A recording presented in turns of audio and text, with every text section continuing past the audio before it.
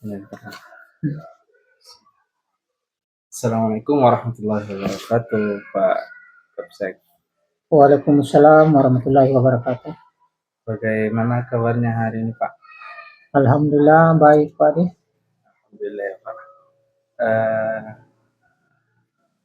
Ada beberapa pertanyaan, Pak, yang akan saya ajukan kepada Bapak mengenai eh, dilema etika atau rujukan moral yang mengambil sebuah keputusan, Pak. Apakah Bapak sudah siap untuk saya tanya? Insyaallah siap. Alhamdulillah. Baik Pak, pertanyaan yang pertama, selama ini bagaimana Bapak dapat mengidentifikasi kasus-kasus yang merupakan etika, dilema etika atau rujukan moral dalam mengambil sebuah keputusan? Oh iya. Iya, terima kasih Pak De. Jadi dalam mengambil suatu keputusan yang dikatakan dilema etika antara berbenturnya aturan sekolah dengan kebutuhan peserta didik. Kemudian Pak, selama ini bagaimana Bapak menjalankan pengambilan keputusan di sekolah, Pak?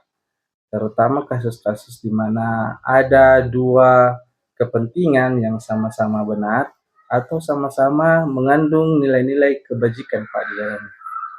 Yang pertama kami lakukan adalah melihat apa dampak hasil keputusan yang kita ambil, baik itu kepada sekolah maupun ke peserta didik. Gitu ya, Pak? Iya. Kemudian Pak, setelah itu apa kemudian langkah-langkah atau prosedur Bapak yang Bapak ambil yang selama ini jika itu terjadi, Pak? Langkah-langkah yang perlu kita ambil dalam mengambil keputusan itu, pertama mengumpulkan informasi, kemudian mengidentifikasi informasi, kemudian dampak informasi tersebut, kemudian mendiskusikan bersama teman-teman hasil sebelum mengambil suatu keputusan. Baik Pak, di dalam mengambil keputusan kemudian hal-hal apa saja yang selama ini Bapak anggap efektif dalam pengambilan keputusan pada kasus-kasus dilema etika yang Bapak temukan?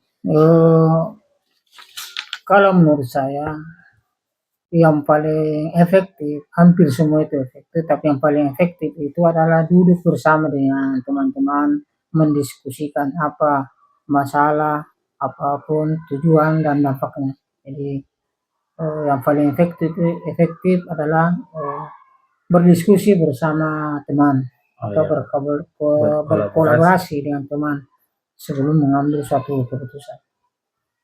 Baik Pak, berkolaborasi dengan rekan guru-guru tadi. Iya. Kemudian selanjutnya Pak, hal-hal apa saja yang selama ini merupakan tantangan bagi Bapak dalam pengambilan keputusan pada kasus-kasus dilema etika yang Bapak sebutkan tadi? Nah itu tadi yang menjadi suatu tantangan dalam mengambil keputusan itu tadi di mana aturan sekolah tetap harus berjalan dan berbenturan dengan kebutuhan peserta didik, itu yang perlu juga kita layani. Kebutuhan siswa dengan aturan-aturan yang di sekolah. Tantangannya adanya aturan sekolah yang harus dijalankan dan juga kebutuhan murid yang paling dasar juga Pak.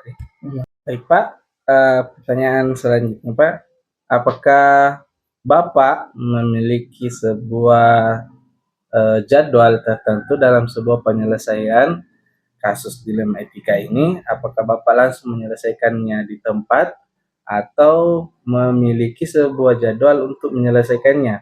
Bentuk atau prosedurnya seperti apa kalau bisa saya tahu Pak? Oh iya, kalau dikatakan jadwal tergantung dari bagaimana kasusnya.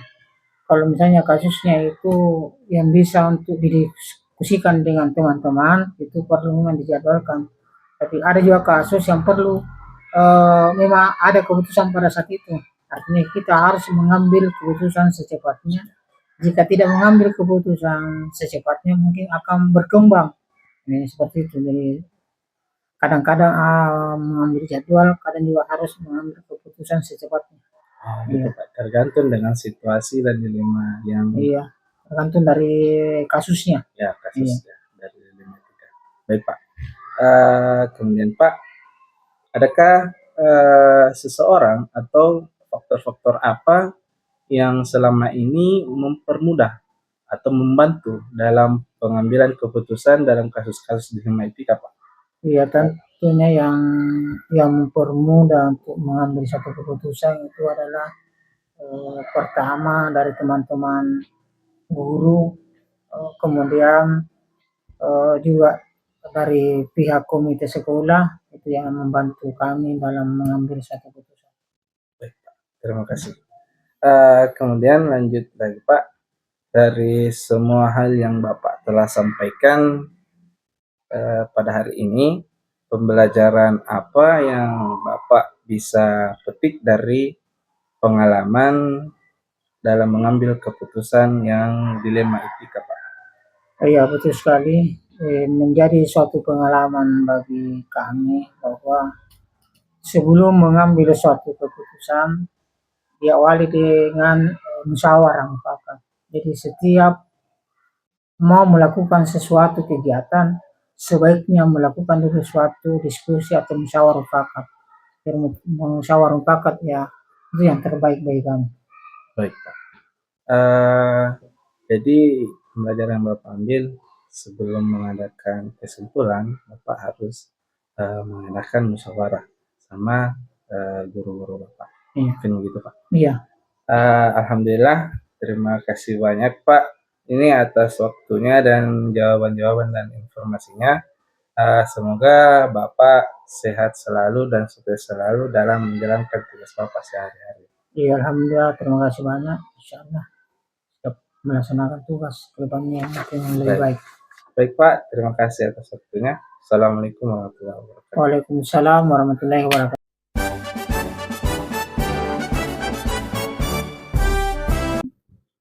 Assalamualaikum warahmatullahi wabarakatuh, Pak. Waalaikumsalam warahmatullahi wabarakatuh.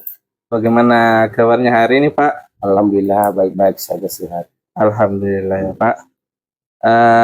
Ada beberapa pertanyaan, Pak, yang akan saya ajukan kepada Bapak terkait dengan dilema etika atau bujukan moral dalam mengambil keputusan. Apakah Bapak sudah siap untuk saya tanya? Salah siap. Baik, Pak. Selama ini bagaimana Bapak dapat mengidentifikasi kasus-kasus yang merupakan dilema etika atau bujukan moral di sekolah Bapak? Jadi biasanya terjadi antara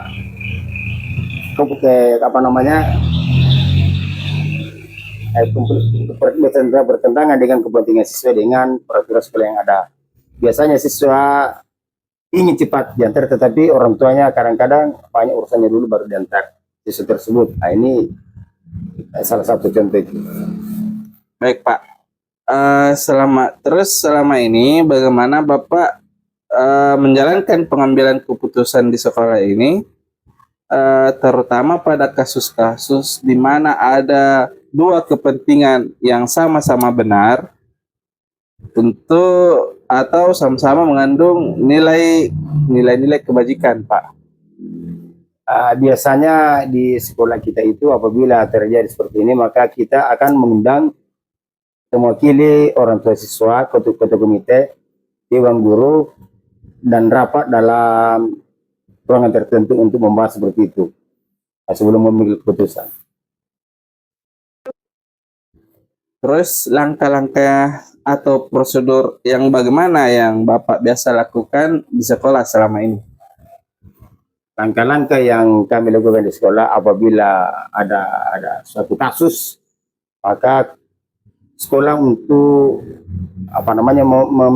menggali, mengumpulkan informasi berbagi dari berbagai Ya, apakah dari ketua komite atau masyarakat atau dari guru sendiri.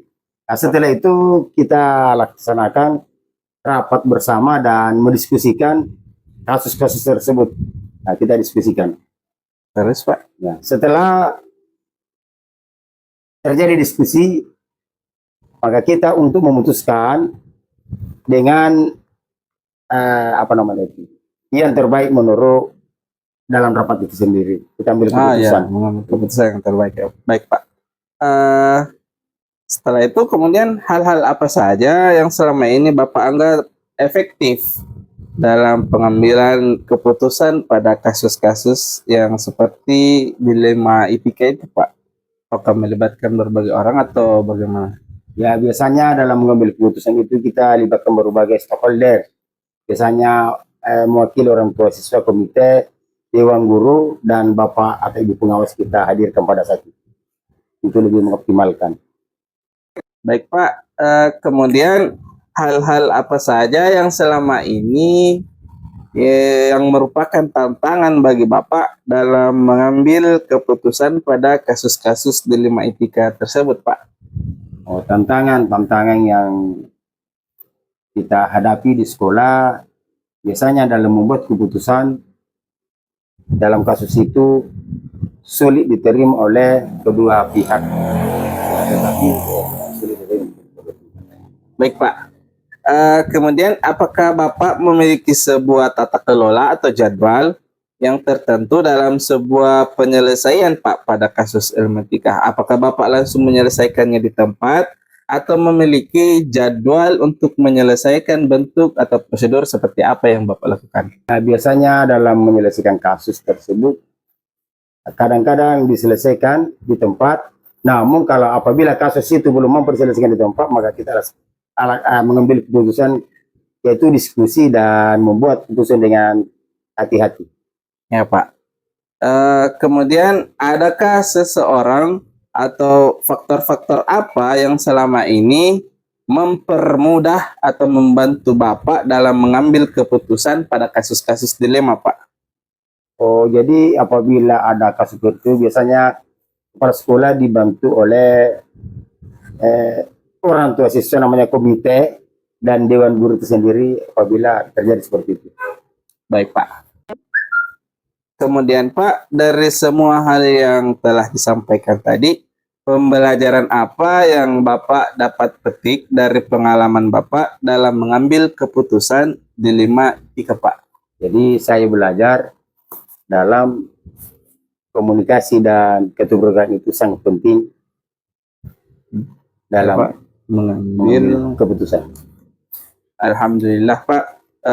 Terima kasih banyak atas informasi atau jawaban-jawaban yang Bapak berikan. Semoga Bapak selalu sehat dan sukses selalu ya Pak. Amin ya rabbal alamin. Oke, baik Pak, saya akhiri sesi percakapan kita pada hari ini. Assalamualaikum warahmatullahi wabarakatuh. Waalaikumsalam warahmatullahi wabarakatuh.